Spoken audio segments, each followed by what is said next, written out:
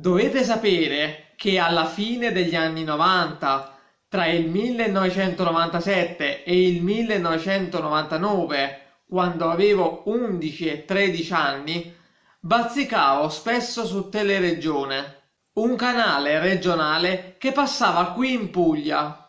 Come molte televisioni locali, Teleregione aveva una sorta di gemellaggio con alcune televisioni del nord. Canali regionali che non c'erano sulle nostre frequenze qui al sud. E quindi c'erano delle fasce orarie in cui Teleregione trasmetteva ciò che andava in onda su Italia 7. Italia 7 la sera verso le 20 o giù di lì trasmetteva City Hunter. Mi bastarono pochi episodi per innamorarmi della serie e non c'era una sera che io non mi mettessi davanti alla TV per guardarlo. Storia già sentita, no? Però aspetta, perché c'è un fatto. Che Teleregione mandava City Hunter in onda ciclicamente. Trasmetteva tutta la serie, che per inciso erano 114 episodi suddivisi in 2 serie. E appena finito, il giorno dopo, ricominciava dall'episodio 1, fino di nuovo all'ultimo episodio e poi di nuovo dall'episodio 1. E io seguivo tutti i cicli. Non c'era un episodio che io non avessi visto 3-4 volte. Perché poi a volte c'erano anche le repliche al mattino. Quindi c'erano anche dei periodi in cui lo guardavo la mattina prima di andare a scuola. E davvero ci sono puntate che avrò visto decine di volte. La cosa allucinante è che quando saltavano per errore un episodio, e io lo sapevo perché di solito i casi di City Hunter erano suddivisi in 2 parti, o quando mandavano in onda per errore l'episodio del giorno prima, e sta cosa succedeva spesso, non è che poi l'episodio saltato lo rimettevano il giorno dopo. No, era perso! E per vedermelo dovevo attendere tutto il ciclo affinché loro tornassero di nuovo a trasmettere quella puntata. Ero ossessionato da City Hunter, mi divertiva per la sua comicità, mi faceva battere il cuore con quel velo sentimentale che aleggiava tra i 2 protagonisti. Le musiche mi facevano impazzire, mi fanno impazzire ancora oggi. Mi mettevo ogni sera davanti alla TV sintonizzato su Teleregione. Ed era un casino, perché a volte la programmazione ritardava di 5, 10, 20 minuti. A volte saltava. E io stavo lì ad aspettare che finissero le televendite, le pubblicità di Padre Pio, le solite 4 puntate del cartoon della Warner che mandavano a ripetizione, o gli episodi di Very Strong Family, prima che si trasferisse su Telenorba. City Hunter è stato anche il mio primo manga, quello che mi ha fatto scoprire cosa sono i manga. Un giorno mia cugina, che anche lei lo seguiva, si presenta con un fumetto di City Hunter comprato all'edicola. Quelli della Starlight, ce li ho ancora. Era strano, si leggeva al contrario. Kreta e Hunter si chiamavano Ryo e Kaori e non capivo perché. Se devo pensare agli anime di cui mi sono innamorato, City Hunter è stato certamente il primo. Poi ne sono venuti altri. Ma ancora oggi, quando mi faccio il rewatch delle serie storiche realizzate da Sunrise, è da qualche anno che non lo faccio. Dovrei rimediare. Oppure seguendo i recenti film d'animazione, la serie di Tsukasa Hojo è ancora capace di farmi provare certe sensazioni, di farmi salire qualche brivido sulla schiena. E adesso su Netflix è uscito il film live action. Sarà riuscito a farmi entrare nel mood del vero City Hunter? Io sono sempre IRD, il recensore delirante, e bentornato sul mio canale. Ma se non mi conosci, ti do il benvenuto e ti invito ad iscriverti subito a questo canale cliccando il pulsante iscriviti.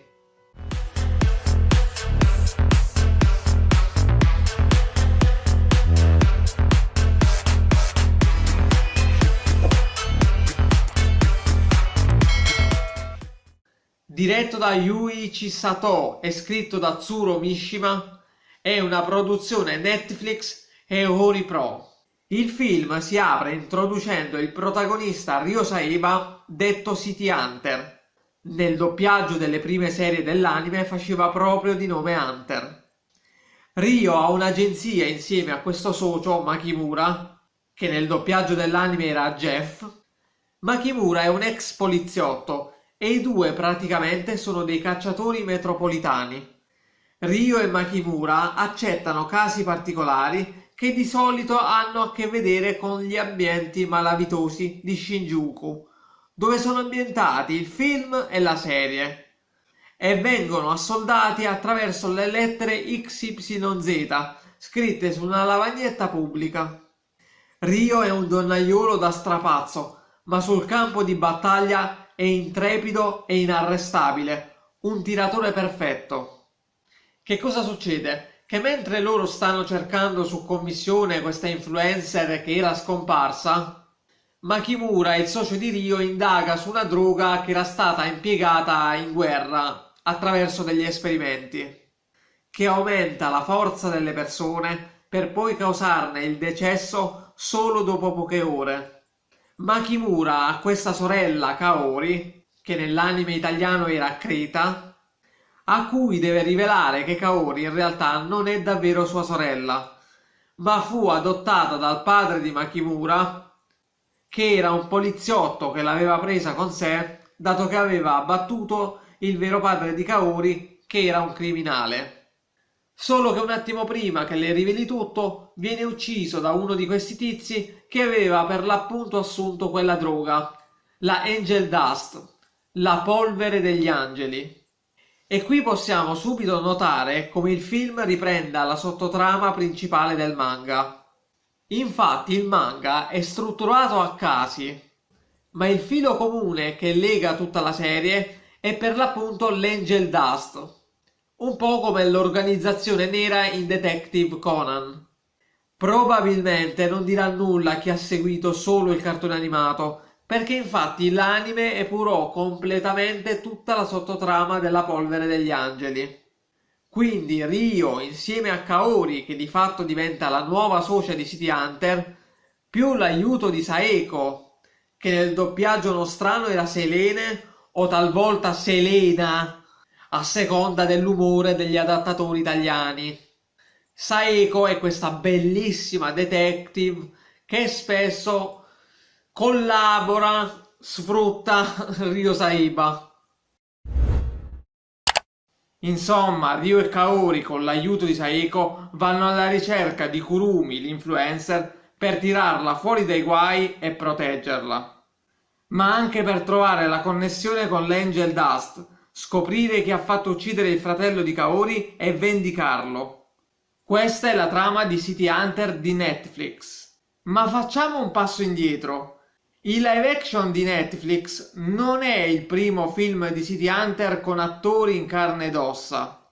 In realtà erano stati già realizzati 2 film e una serie dell'opera di Hojo dai più disparati paesi. E adesso li andremo ad analizzare un attimino. Partiamo col primo live action realizzato in assoluto su City Hunter. Si tratta di una pellicola hongkonghese del 1993, City Hunter il film, per la regia di Wong Ching, con protagonista Jackie Chan, che non credo abbia bisogno di presentazioni, che è appunto City Hunter, e Joy Wong nei panni della socia. La Wong interpretava la coprotagonista della saga di fine anni 80 Storie di fantasmi cinesi, quindi City Hunter del 1993. L'ho visto 2 volte questo film, una quindicina di anni fa in italiano e poi in questi giorni in originale. Della prima visione non ricordavo assolutamente nulla. L'unica cosa che ricordavo di questo film era una sensazione. Ricordavo la fatica che avevo fatto la prima volta per arrivare alla fine. Questo City Hunter realizzato in Hong Kong non c'entra veramente una mazza con l'opera di Hojo. In realtà è un film di City Hunter con Jackie Chan dentro che usa il Kung Fu. Diciamo che è difficile evidentemente entrare nelle atmosfere comiche di questo tipo di commedie di arti marziali di quell'epoca. Il film secondo me ha una costruzione che annoia sin da subito. E poi diciamo a tre quarti ti spara qualche coreografia niente male. Vabbè, è Jackie Chan. E poi c'è qualche siparietto divertente. C'è anche un citazionone a Street Fighter che consiglio di recuperare assolutamente su YouTube. E per il resto si arriva a fatica alla fine. E ripeto, non c'entra niente. Nel 2011 viene trasmessa una serie live action drama basata su City Hunter diretta da Chin Hyuk. Ora, avete presente quando prima ho detto che il film hongkongese con Jackie Chan non c'entrava niente? Ecco, no. Quello qualcosina ina di City Hunter ce l'aveva. Un frammento dell'opera originale si poteva intravedere. Ecco, questo dramma di City Hunter ha veramente solo il nome. Non c'è davvero niente, ma niente che si può ricollegare all'opera di Hojo, se non il titolo. Nomi diversi, storia completamente diversa, acconciature e bestiari lontanissimi. Per fare un esempio, questo sarebbe il City Hunter coreano. Light Yagami? Is it you?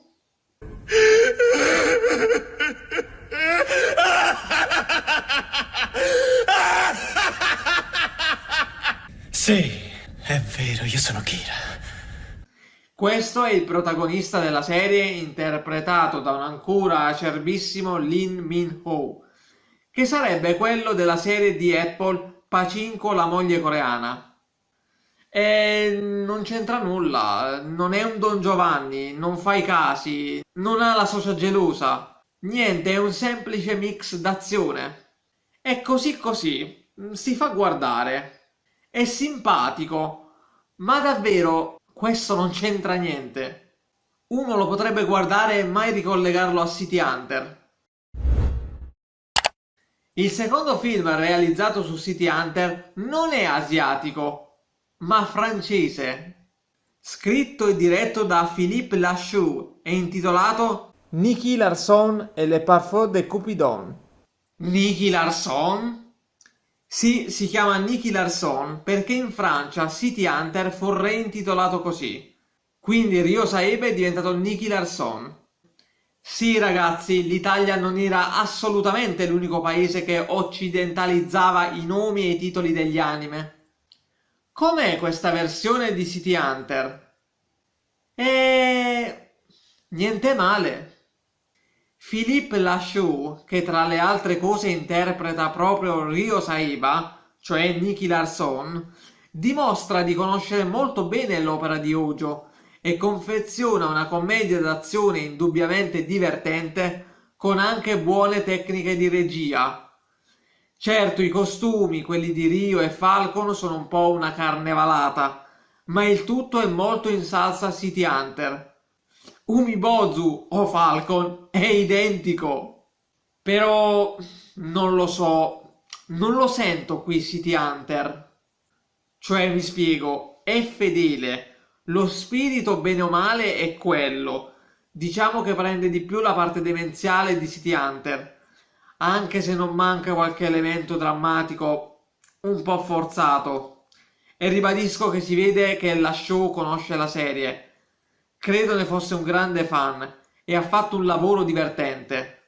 Tra l'altro ci sono anche dei suoni presi dall'anime e addirittura alcune OST dell'anime storico. C'è addirittura una delle canzoni, perché City Hunter aveva un reparto di song che si sentivano spessissimo durante le scene d'azione, una più bella dell'altra.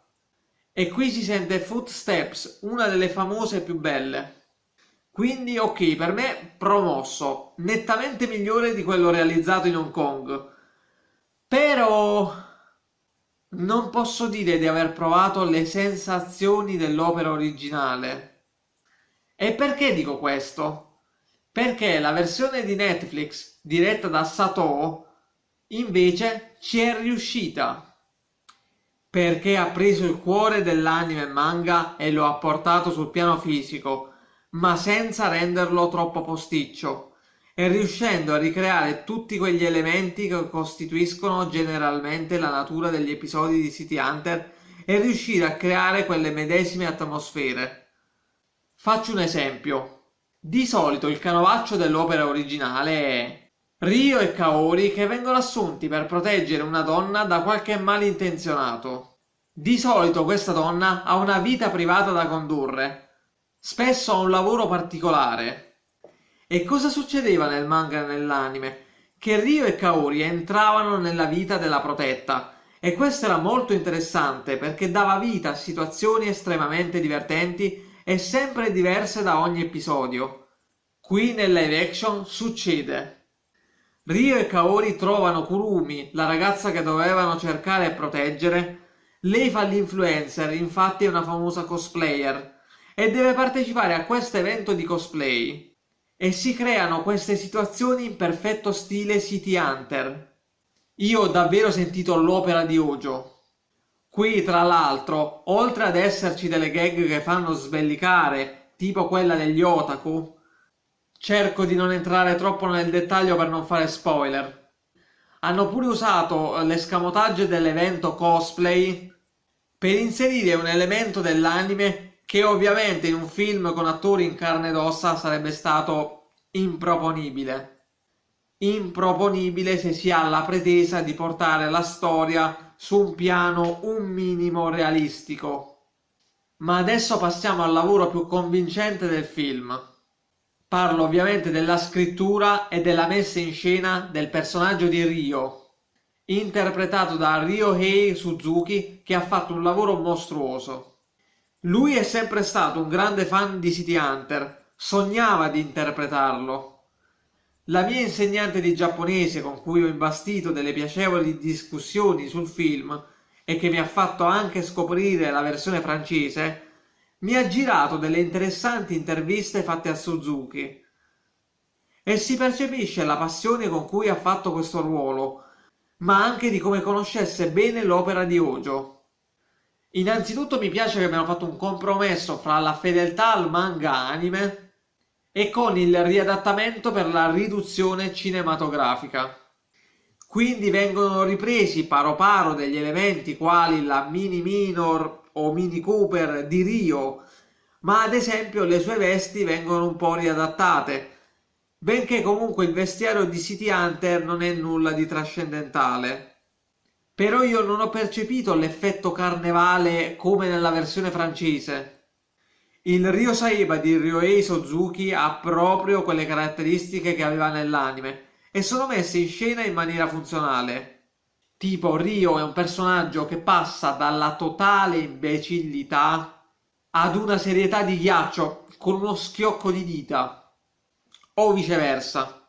Nel live action c'è stata una scena che è quella della Mokuri Dance, chi l'ha visto sa di cosa sto parlando, che mi ha fatto spaccare da ridere, perché è una scena serissima che col cambio di sequenza passa all'idiozia, in perfetto stile City Hunter, e funziona.